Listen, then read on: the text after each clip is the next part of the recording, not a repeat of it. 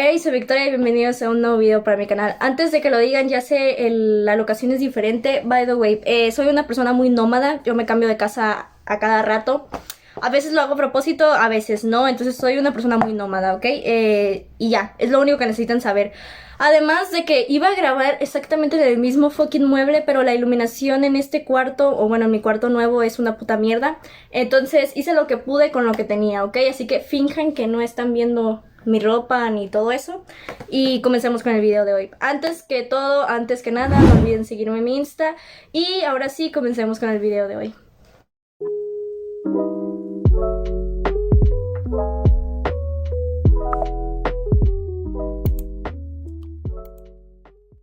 Si hoy puedes casarte sin una iglesia y tu acta de nacimiento no depende de ninguna iglesia tampoco, ni de un sacerdote, y además el gobierno no te impone ninguna religión, te va a interesar este tema. En este tema vamos a hablar sobre la separación iglesia y estado en México. Esto pasó hace más de 150 años, corríjame si me equivoco porque los números no son lo mío, y fue impulsado por Benito Juárez, que ya todo el mundo conoce. Él lo impulsó mediante las leyes de reforma. Hoy te voy a explicar cómo fue que pasó y por qué todavía es importante y relevante hablar de esto actualmente.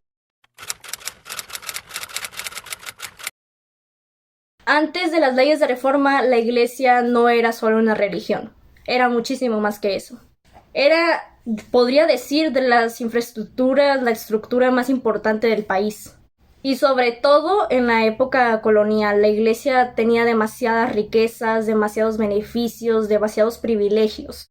Ellos podrían recibir donaciones constantes como lo eran tierras y dinero, e incluso funcionaban como prestamistas, sí, como un banco. Y después de la independencia, en igual de perder ese poder, al contrario, aumentó. Esto quiere decir que la iglesia no solo influía en la sociedad, sino que también era una competencia para el gobierno actual, o bueno, de ese momento. Esta competía básicamente con el Estado en poder económico. Estaban casi iguales, o incluso en algunas ocasiones la iglesia era incluso más poderosa. Además, muchísimas personas confiaban más en la iglesia que en el gobierno. ¿Por qué? Porque básicamente decían que el gobierno era inestable y era una persona diferente cada cierto tiempo y la iglesia siempre iba a ser la iglesia o algo así. Era vista como una institución más confiable que el Estado. Antes de las leyes de reforma, que ya les dije que las hizo Beni, la iglesia no solo tenía poder económico, tenía poder sobre tu vida desde el día en que nacías hasta que te morías. Si tenías que estudiar, era mayoritariamente por la iglesia y solo por la iglesia. Y eso pues implicaba varias cosas, sobre todo que la educación era 100% religiosa. Y no existía una educación laica generalizada y además las clases bajas no podían permitirse ir a la escuela de la iglesia. Además que lo que se enseñaba pues no era neutral como tal. Además de que la iglesia también influía en cómo las personas veían el mundo, la moral, la ética, la autoridad, todo ese tipo de cosas. En la vida civil era esto muchísimo más importante. Hablemos un poquito sobre eso porque está interesante. Ellos controlaban absolutamente todo de la vida civil, sobre todo las actas de nacimiento de cada persona que naciera en México. Esto a través de los bautizos. También los matrimonios, las defunciones, eran como un registro civil, la iglesia. Ok.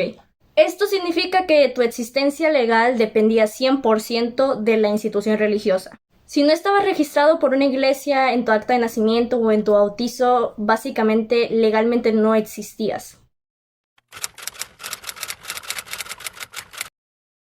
Los fueros eran privilegios legales heredados desde la época colonial. Grupos como la iglesia y el ejército no eran juzgados como personas normales, como civiles normales. Si un sacerdote cometía un delito, que por cierto, ellos técnicamente no podían cometer delitos porque eran, pues, sacerdotes, ¿sabes? O sea, tenían a Dios de su lado.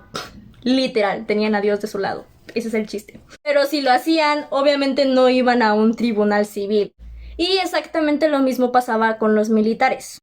Esto rompía la idea de la justicia igualitaria, que por cierto sigue sin ser igualitaria. Algún día voy a hacer un video sobre eso también. Un ciudadano común podía tener bastantes represalias e incluso castigos crueles por cualquier cosita, mientras que las personas con estos fueros, privilegios, básicamente no les hacían nada. Les digo, ellos no cometían delitos. Básicamente ellos no podían cometer delitos porque tenían este fuero especial, protección especial, como quieras llamarlo. En la práctica, esto significaba que había ciudadanos de primera y de segunda. Y eso era exactamente lo que los liberales querían eliminar.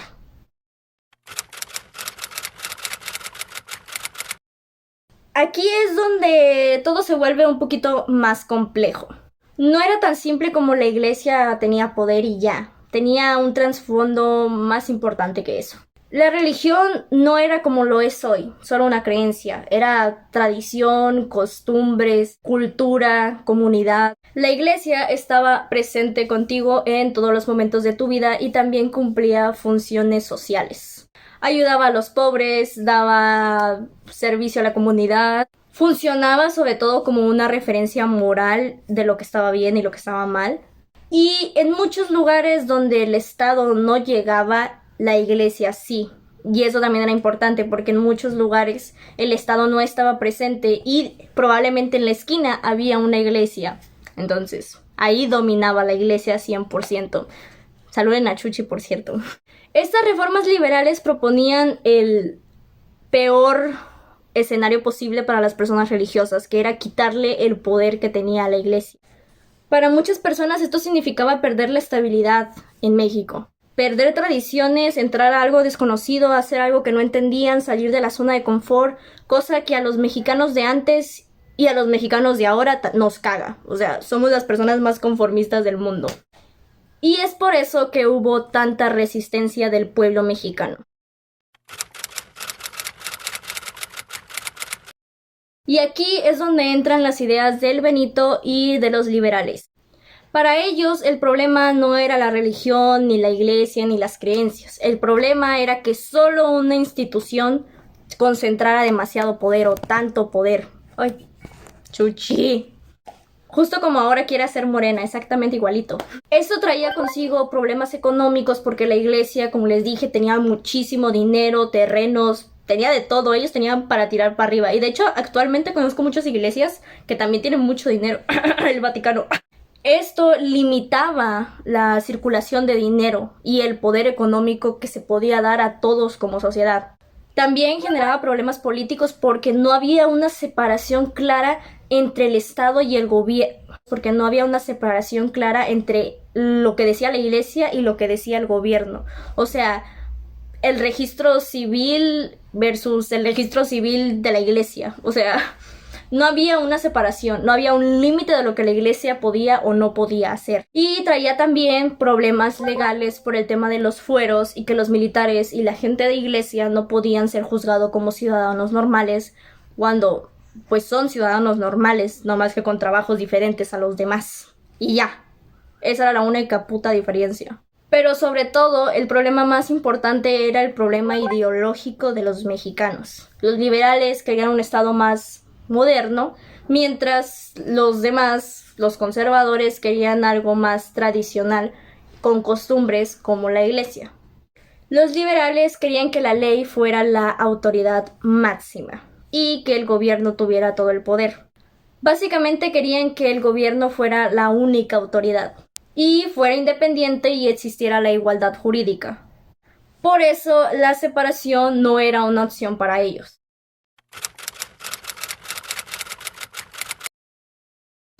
Aquí es donde ocurre el cambio estructural en todo esto. Como su nombre lo dice, no fueron solo una ley, fueron bastantes.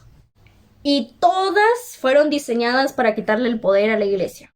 Les voy a mencionar algunas, pero así súper cortito y muy por encimita porque si no este video va a ser súper largo, ¿ok?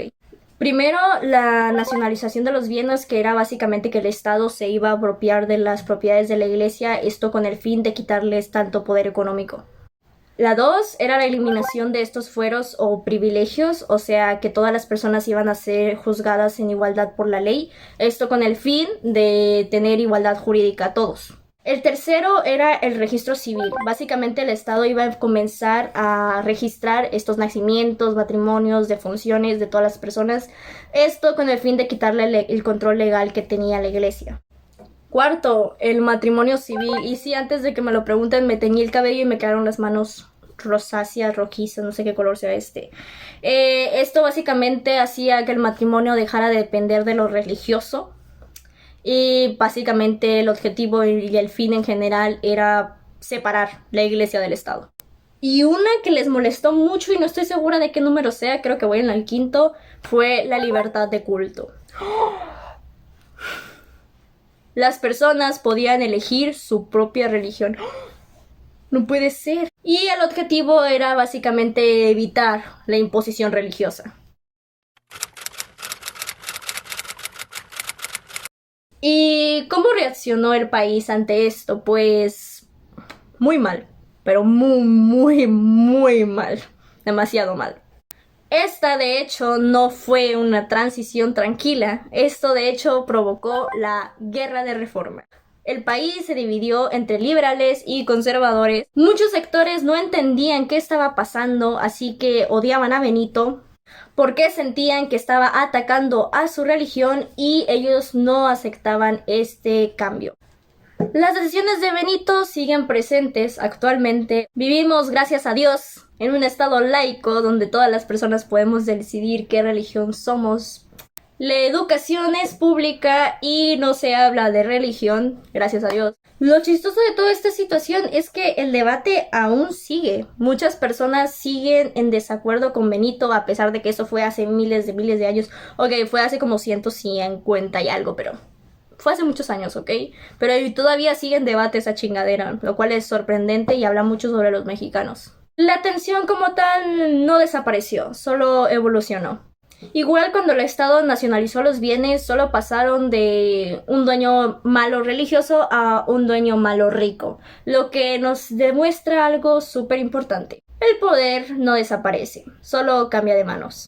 Esta separación de iglesia y Estado no solo fueron una reforma, una guerra, fue una lucha para definir quién tenía el control sobre el país y Benito Juárez ganó. No fue perfecta, no fue pacífica, pero fue un cambio y creo que fue un cambio para bien. Pero dime, ¿qué piensas tú? Antes de que te vayas, no olvides seguirme en mi Insta, que es el único lugar donde estoy activo, y vete a ver mi video sobre Benito Juárez, espero que ya haya salido cuando publique este video, donde hablamos un poquito al respecto sobre la vida del Beni. Yo soy Victoria y nos vemos hasta mi siguiente video. Bye.